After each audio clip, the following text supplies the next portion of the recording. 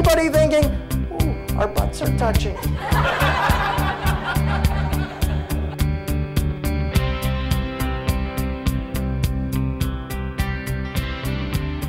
Imagine this.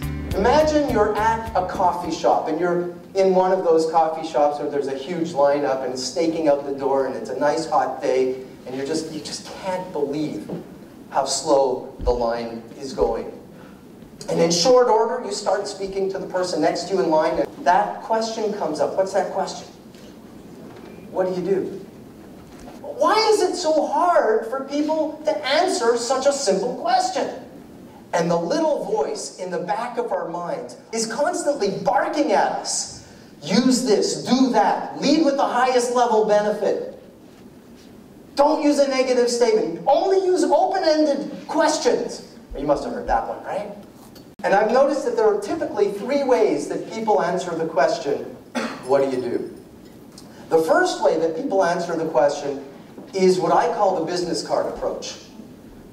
Well, I'm sales manager of XYZ Corporation in the Northeast, XYZ Corporation in the US.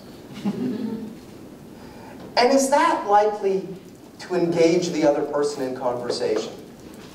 Not really, is it? It's almost like, I don't know what to say, I'm a little bit embarrassed about it, I feel awkward, so I'm just going to read you the bare facts, the information that's on my business card. Now, the second way is a way that I'm sure you're very familiar with. It's called the elevator pitch. You got to be prepared because you might hear something like this. Well, I help high net worth individuals leverage their assets over the long term to achieve significant financial gain with minimum risk so they can leave a legacy to their children and maybe have a hospital wing named after them.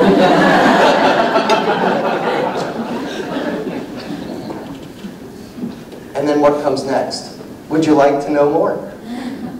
Would you like my card? No, in fact, here are 3. 1 for you and 2 of your closest friends. And what is the little voice saying in the back of your mind? You're saying, ah, sales pitch, let me out of here.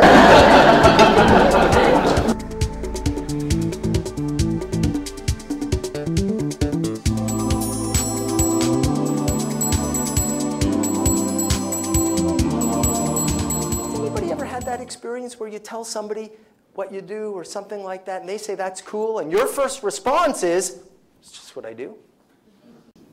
And it only feels like nothing to you because you do it so naturally, so effortlessly. You're probably so brilliant at it, you don't even realize you're doing it.